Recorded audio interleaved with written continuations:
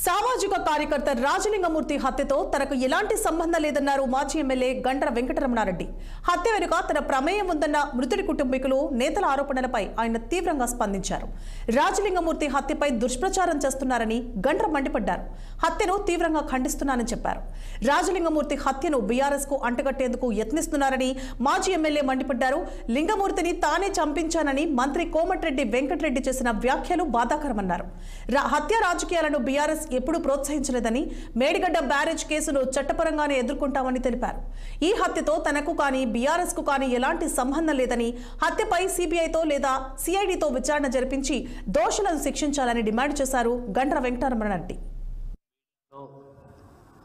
Congress party నాయకులు social media వేదికగా చేసుకొని చేస్తున్నటువంటి దుష్ప్రచారాన్ని తీవ్రంగా ఖండిస్తున్నాం.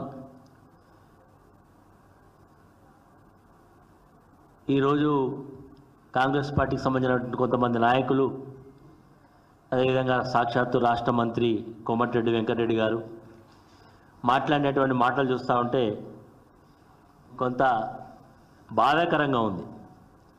అంతేకాకుండా ఈ కేసు మీద ఇన్ఫ్లుయెన్స్ చేయాలనేటువంటి ప్రయత్నం చేస్తున్నట్టుగా కనబడుతూ ఉన్నది. నిన్న హత్య జరిగిన తర్వాత ఈ రాజలింగమూర్తి భార్య ఇచ్చినటువంటి మరి కాంప్లైంట్, అందులో భూ వివాదం ఉన్నట్టుగా, అందులో కొంతమంది వ్యక్తులు కలిసి అతని భర్తను హత్య చేసినట్టుగా కాంప్లైంట్ ఇవ్వడం జరిగింది. దాని ఆధారంగానే పోలీస్ వాళ్ళు ఎఫ్ఐఆర్ కాపీని కూడా ఇవ్వడం జరిగింది.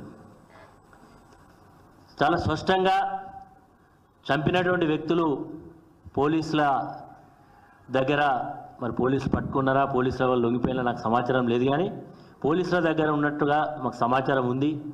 చంపినటువంటి వాళ్ళు మేము చంపినామని చెప్తా ఉన్నారు. దానికి సంబంధించినటువంటి విషయాలన్నీ కూడా తెలిసిన తర్వాత ఈరోజు